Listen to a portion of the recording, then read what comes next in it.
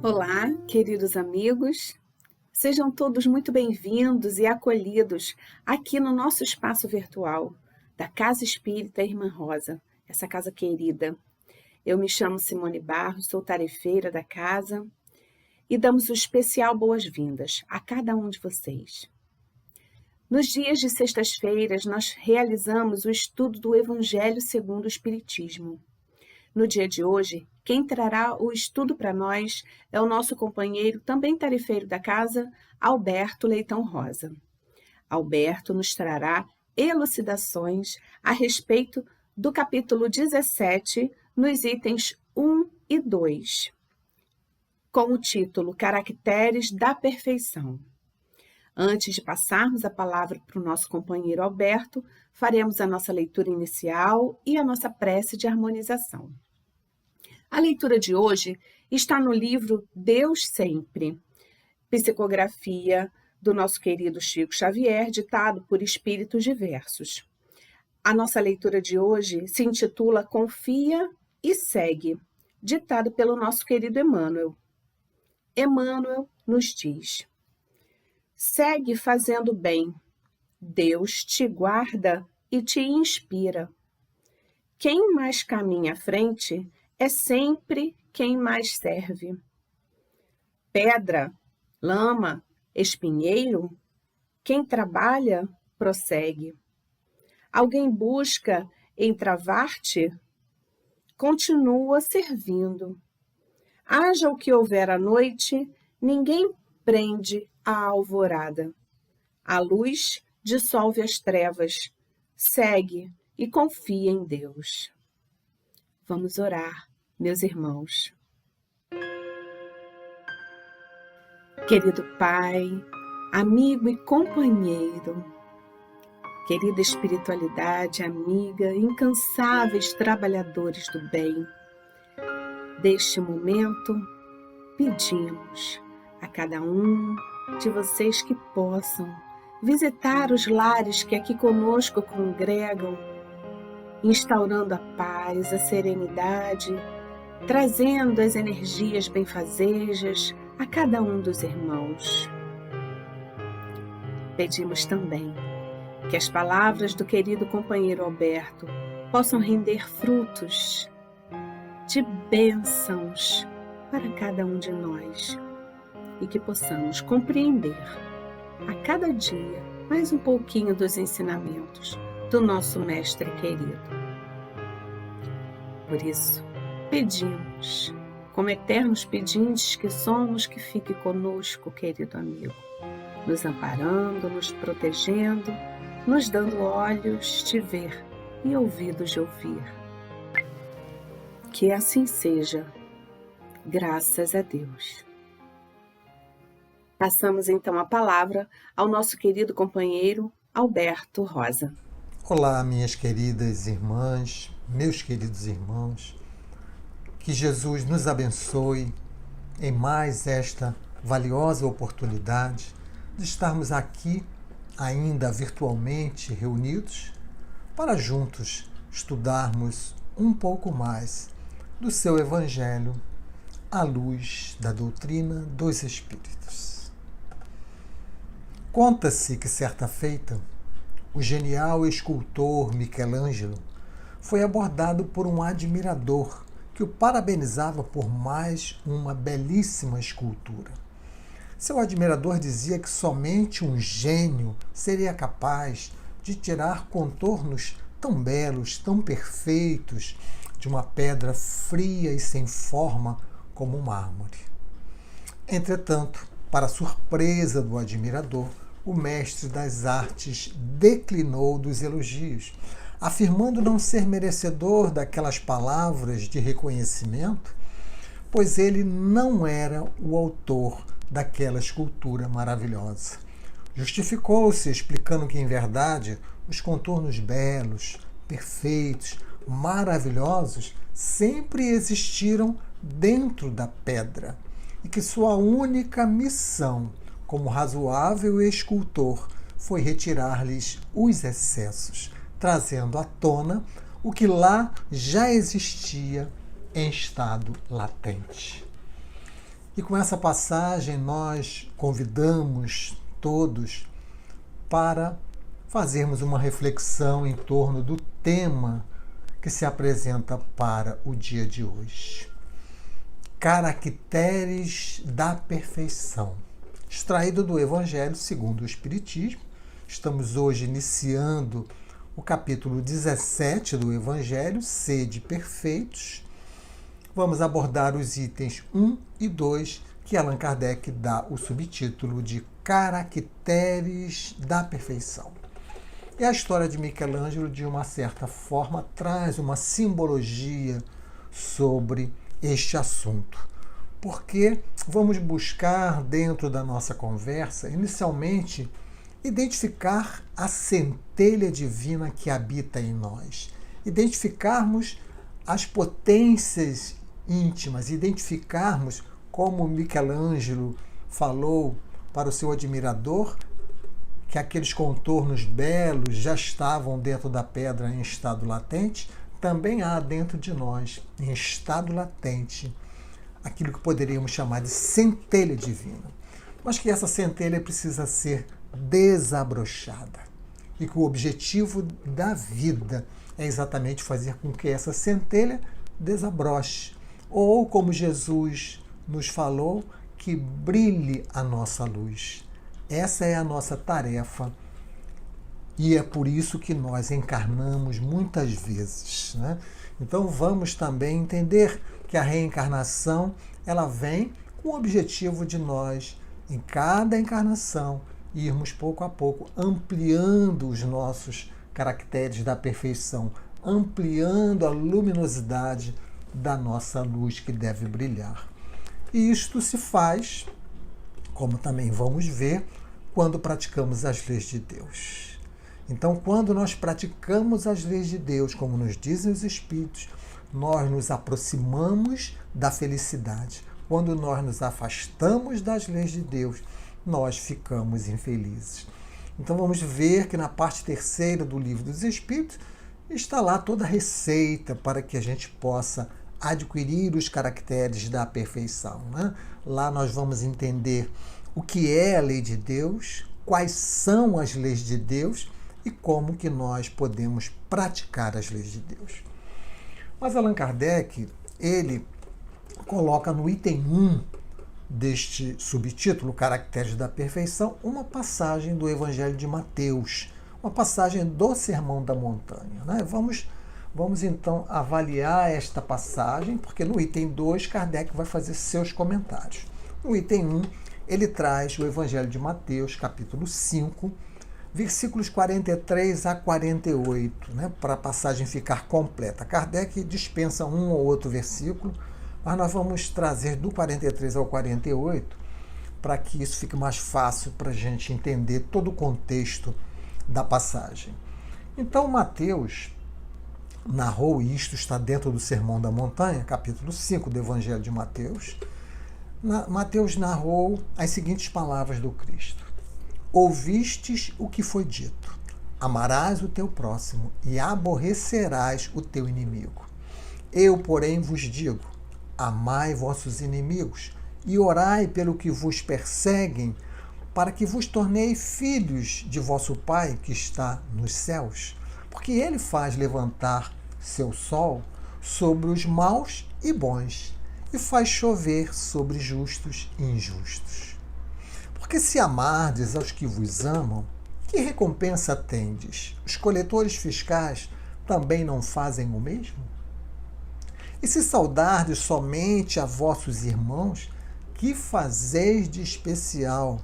Não fazem os gentios também o mesmo? Sede vós, portanto, perfeitos, assim como é perfeito o vosso Pai Celestial. Esta passagem é o que motivou os comentários de Kardec do item de número 2. Kardec, como sempre, ele estrutura os capítulos do Evangelho segundo o Espiritismo, salvo poucas exceções, dessa forma. Ele traz um trecho do Novo Testamento, depois ele comenta aquele trecho sobre diversos subtítulos, algumas vezes, e depois ele traz as instruções dos Espíritos, que são as dissertações dos Espíritos acerca daquele tema. Mas vamos pensar um pouquinho nessa passagem antes de nós buscarmos o item 2, que são os comentários de Kardec, né? Nós vamos ver no livro Novo Testamento, de autoria do Haroldo Dutra Dias, lá ele faz um comentário bastante interessante, quando ele diz que no Evangelho de Mateus, capítulo 5, dos versículos 21 até o 48, vejam, a nossa passagem está do 43 ao 48, é o finzinho.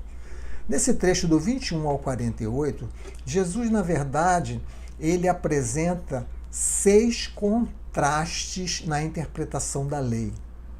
Jesus já havia dito, não vim destruir a lei. E, de fato, ele não veio destruir a lei.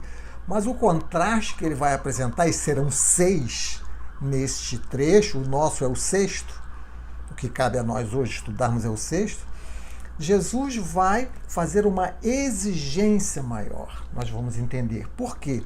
Lá no Antigo Testamento, os homens estavam com um certo nível de amadurecimento. Ora, quando Jesus vem ao mundo, os homens já estavam mais amadurecidos e, consequentemente, em condições de que as exigências fossem maiores, que as leis de Deus fossem mais amplas para que eles pudessem compreender. Então, nós vamos ver que lá no versículo 21, e sempre nessa estrutura, Jesus dizendo, vocês ouviram isso, mas eu digo isso. E sempre ele vai exigir mais do que o Antigo Testamento. Então, nós vamos ver lá a partir do versículo 21, o primeiro contraste é quando os antigos falaram não matarás e Jesus fala para não se encolerizar. Isso a partir do 21. A partir do 27, nós vamos encontrar os antigos falando para não adulterar e Jesus vai falar não olhar com desejo. Quer dizer, aumentando a exigência. Do 31 em diante, os antigos dizendo para não repudiar a mulher e Jesus dizendo que só poderia repudiar em caso de infidelidade. No 33, os antigos dizendo para não perjurar, quer dizer, não quebrar juramento, e Jesus dizendo para não jurar, aumentando sempre a exigência. No versículo 38 em diante, os antigos dizendo olho por olho, dente por dente, e Jesus dizendo ofereça outra face.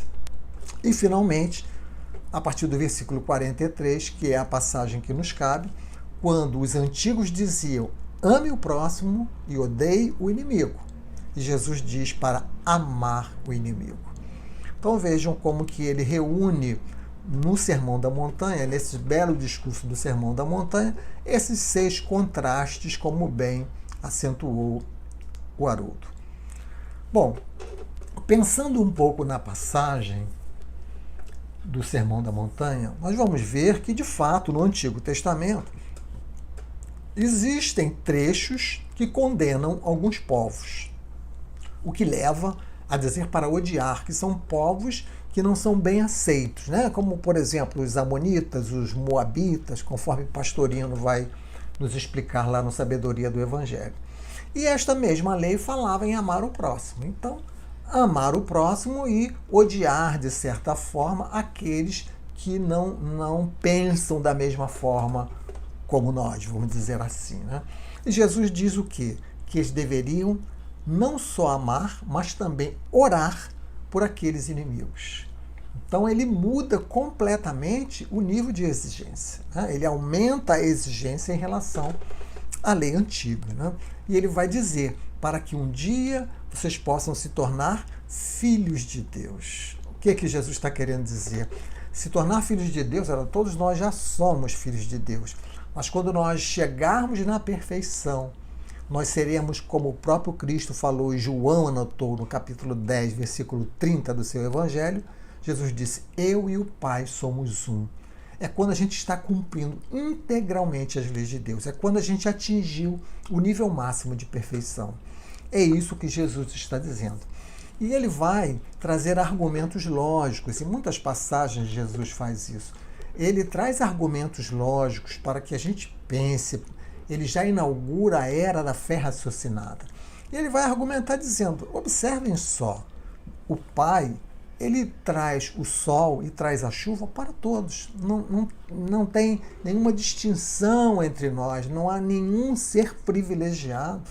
Então aquele que hoje é o seu inimigo deve ser amado, você deve orar por ele. E ele coloca mais, aí vai mais fundo ainda, quando ele diz assim, mas olha, os coletores fiscais também amam os seus. Os gentios também saudam os seus. E vocês vão ficar só nisso. Porque os judeus detestavam os coletores fiscais, os publicanos, os cobradores de impostos, assim como os gentios, aqueles que não eram judeus.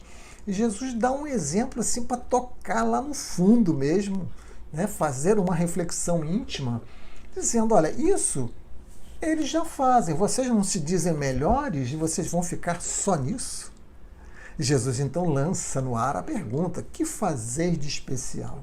Se vocês estão dizendo que são melhores, tem que fazer alguma coisa de especial, né? Esse seria, poderíamos imaginar, o clímax do discurso de Jesus.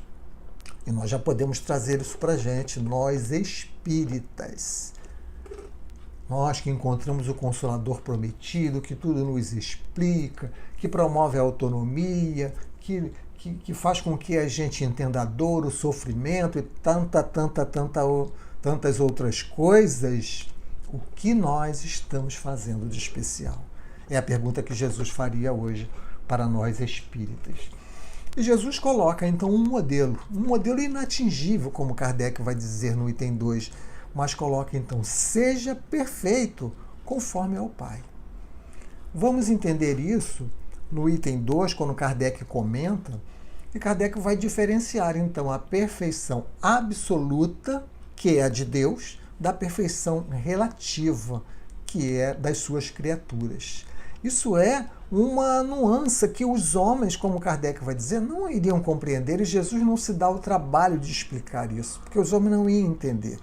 Então ele coloca um objetivo inatingível para que os homens se esforcem e consigam andar mais rápido, né?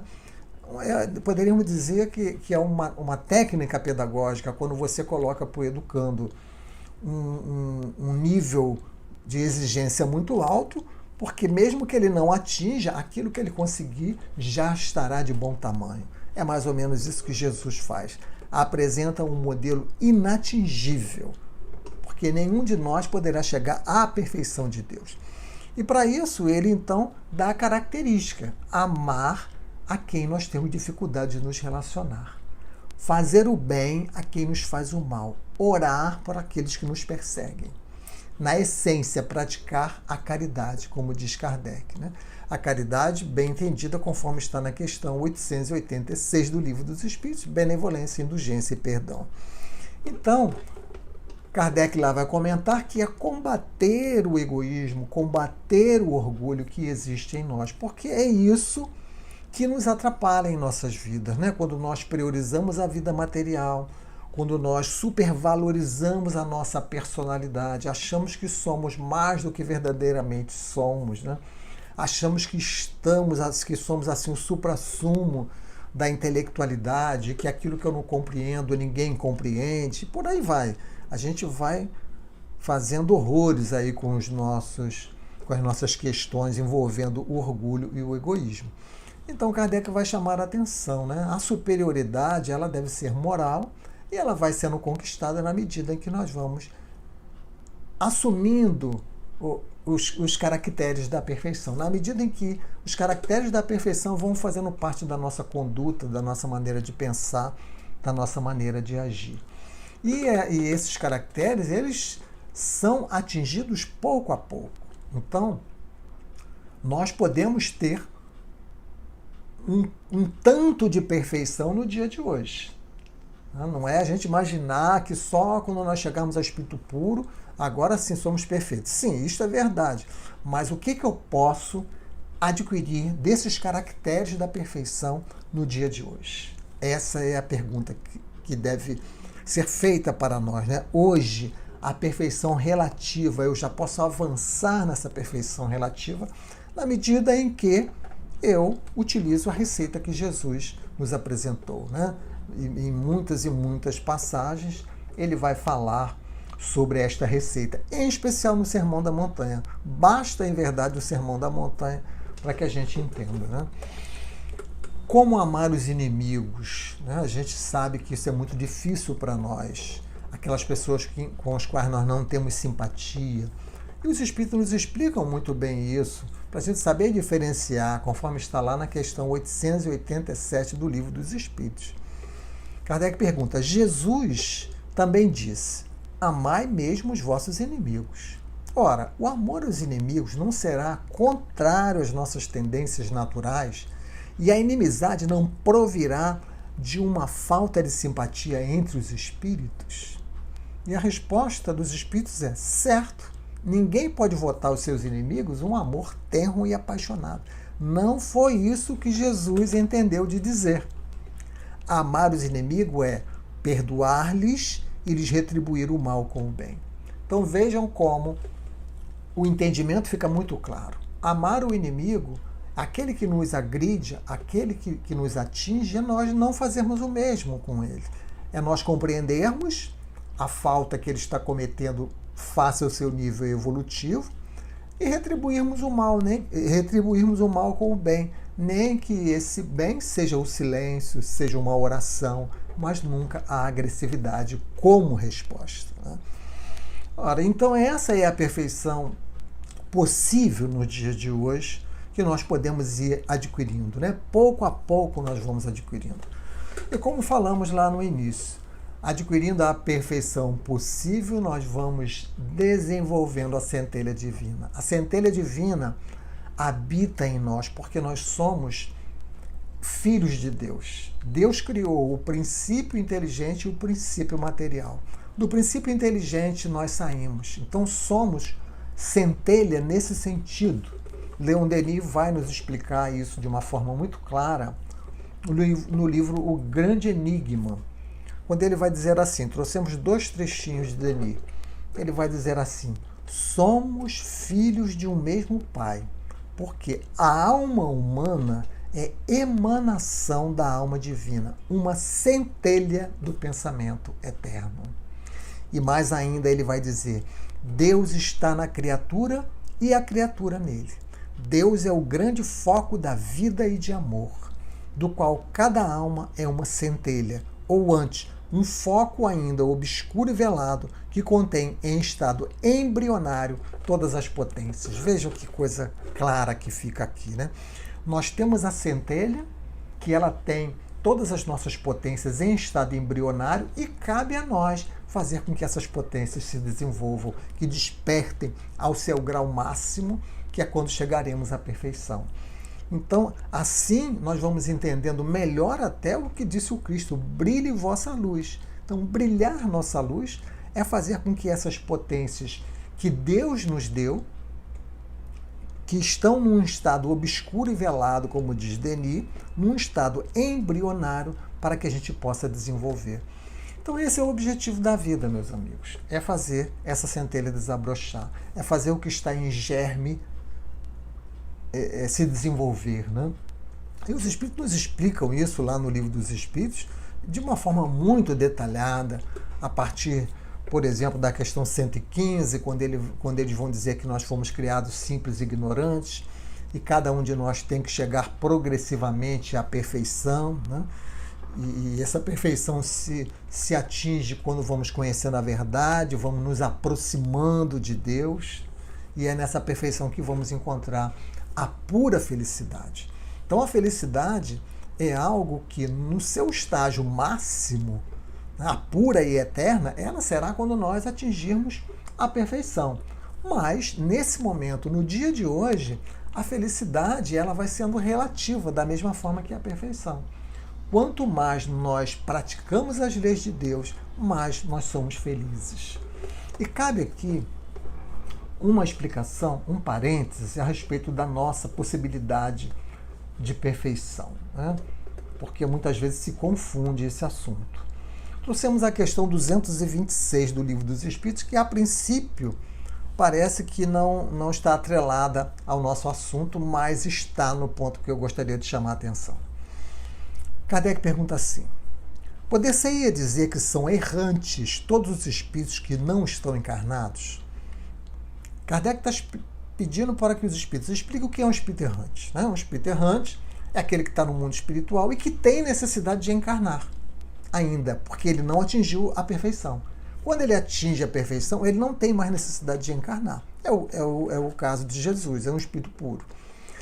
Os espíritos vão explicar isso, mas eles vão dar um detalhe, a nosso ver, muito importante para nós conversarmos sobre perfeição absoluta e perfeição relativa, como Kardec propõe no item 2. A resposta dos espíritos é a seguinte: sim, com relação aos que têm o de reencarnar. Não são errantes, porém, os espíritos puros, aquilo que falamos, os que chegaram à perfeição. Chegaram. Eles não estão chegando, eles chegaram. Esses se encontram no seu estado definitivo. Um estado definitivo é aquilo que não se altera mais. Então, daqui, a gente compreende que a nossa perfeição, ela é finita, e a perfeição de Deus, esta sim, é infinita. E os Espíritos explicam o que é o infinito na questão de número 2 do Livro dos Espíritos. É aquilo que não tem começo nem tem fim. Então, Deus é infinitamente perfeito. Nós temos a possibilidade de atingir o grau máximo. Kardec fala lá na questão 126, o grau supremo de perfeição. Então, é um ponto final. Na questão 113, quando ele fala dos espíritos puros, ele vai dizer que assim estes alcançaram a soma de perfeição que é suscetível à criatura. O Criador é a perfeição infinita. A criatura é uma perfeição finita. E temos visto muitas vezes essa interpretação não está de acordo com as obras de Kardec. Então, assim o Pai vai nos possibilitar em reencarnarmos, como foi dito muitas vezes, para que a gente consiga atingir a perfeição. Na condição nossa hoje de espírito de terceira ordem, no mundo de provas e expiações, nós reencarnamos para expiarmos as nossas faltas, quer dizer, resgatarmos o erro que cometemos e também passarmos por provas que vão nos estimular ao crescimento. É isso que está na questão 132. Qual o objetivo da encarnação? Deus lhes impõe a encarnação com o fim de fazê-lo chegar à perfeição. Para isso que a gente encarna. Qual o fim objetivado com a reencarnação? Expiação, melhoramento progressivo da humanidade. Sem isso, onde estaria a justiça? Então a gente vai reencarnar para que haja o desabrochar da centelha divina, para que nós façamos despertar as potências da alma, lá como disse Leon Denis, né? Para que a gente aprenda a disciplinar o pensamento, para que, consequentemente, a gente tenha o controle sobre a nossa vontade, que a gente direcione a nossa vontade para as questões espirituais.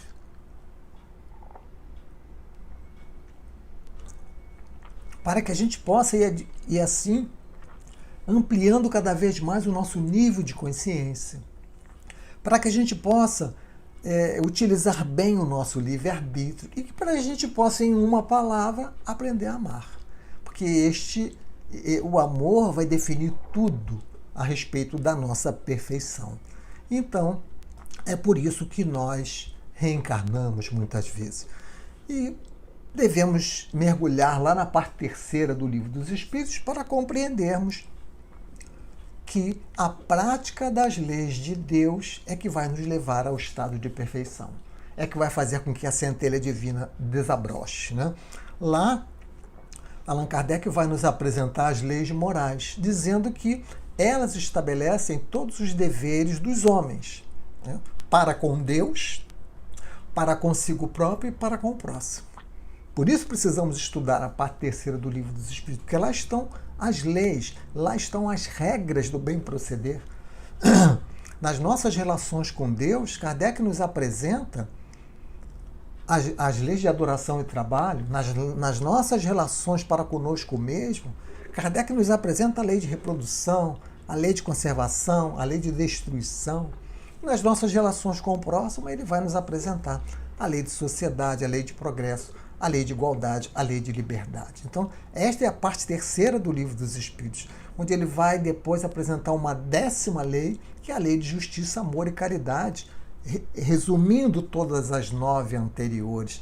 Então vejam que, praticando essas leis, nós vamos adquirindo os caracteres da perfeição, que é o tema que Allan Kardec nos apresenta, né? Conforme está na questão 614, o homem só é infeliz quando ele se afasta das leis morais. Então, para nós sermos felizes, para nós evoluirmos, para nós irmos galgando novos andares na escada da perfeição, nós precisamos praticar a lei de Deus. E Kardec encerra essa terceira parte, no capítulo 12, que é o último dessa parte, ele vai mostrar então como que se pratica, né? Quando esse capítulo se intitula Da Perfeição Moral. Então lá tem uma série de assuntos que nós precisamos estudar, que aqui, nesses poucos minutos, nós não vamos conseguir falar sobre eles, né? Mas, por exemplo, na questão 893, os Espíritos vão nos dizer que quando nós praticamos uma caridade sem nenhum tipo de interesse, essa é a mais meritória das nossas virtudes e temos que buscar isso, né? Combater o vício que é o mais radical, que é o egoísmo, como está lá na questão 913. E na 917 eles explicam como que nós vamos combater o egoísmo. Vejam o que os Espíritos vão dizer na questão 917. O egoísmo se enfraquecerá à proporção que a vida moral for predominando sobre a vida material. E, sobretudo, com a compreensão que o Espiritismo vos faculta do vosso estado futuro, real e não desfigurado por ficções alegóricas. Então vejam que quando a vida moral vai predominando, quando nós vamos entendendo que a vida material ela é necessária, ela é útil, porque é a reencarnação para burilarmos as nossas imperfeições, mas que a essência é a vida moral.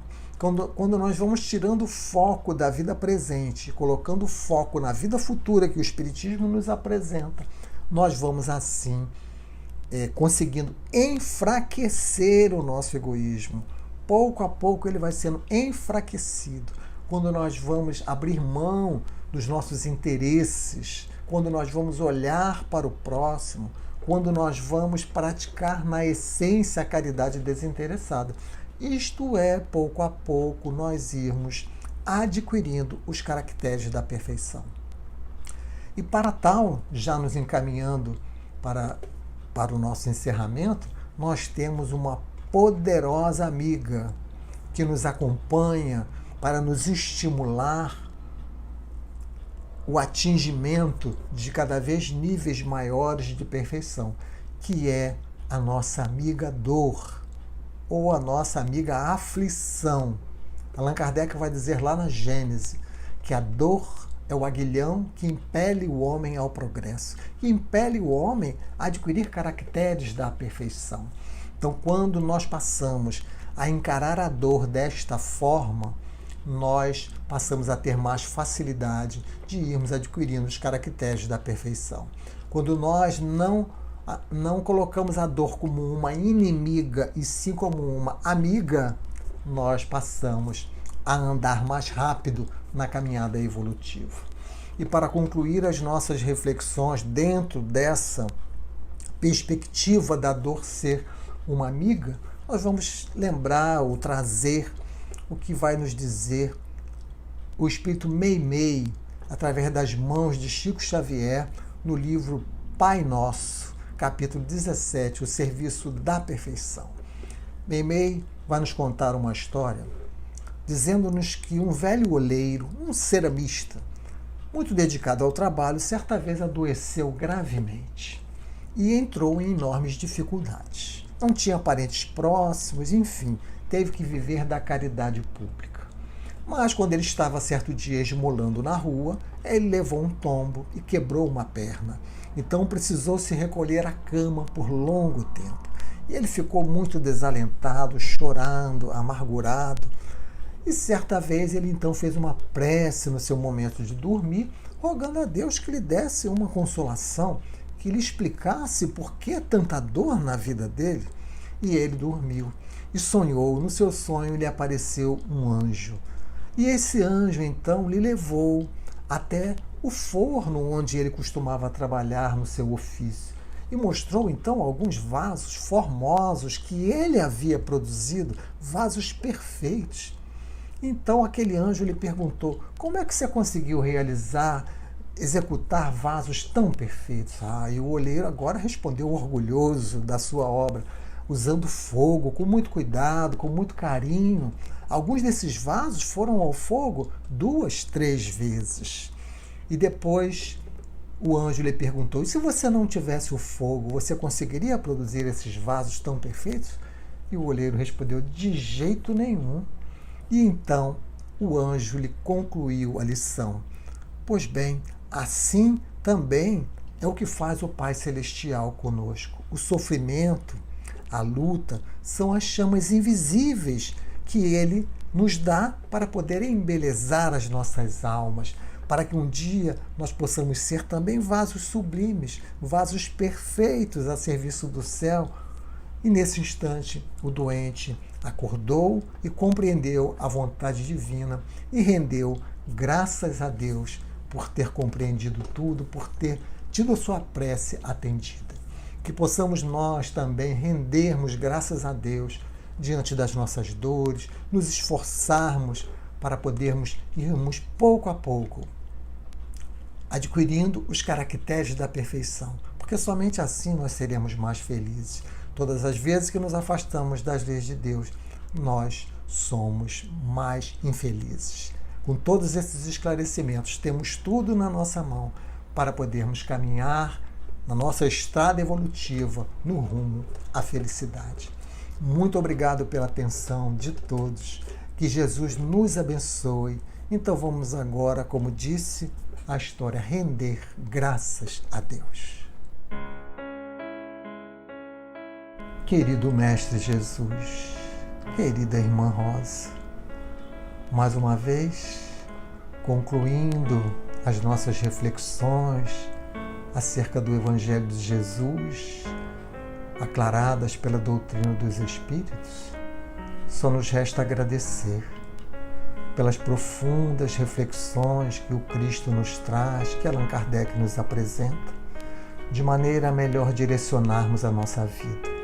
Ajuda-nos a perseverarmos no desabrochar das nossas potências íntimas. Ajuda-nos, Senhor, a estarmos atentos a todas as oportunidades que a vida nos apresenta, para assim caminharmos na direção da luz, na direção da felicidade. Que possam agora os bons espíritos da casa da Irmã Rosa irradiar boas energias para todos os lares que conosco agora estão conectados e possam também magnetizar as águas que foram disponibilizadas, de maneira que com essas boas energias nós possamos encontrar o melhor equilíbrio para seguirmos a nossa caminhada evolutiva, felizes porque somos filhos de Deus.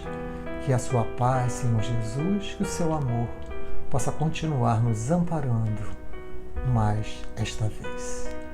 Que assim possa ser, com a graça do bom Deus. Muita paz a todos.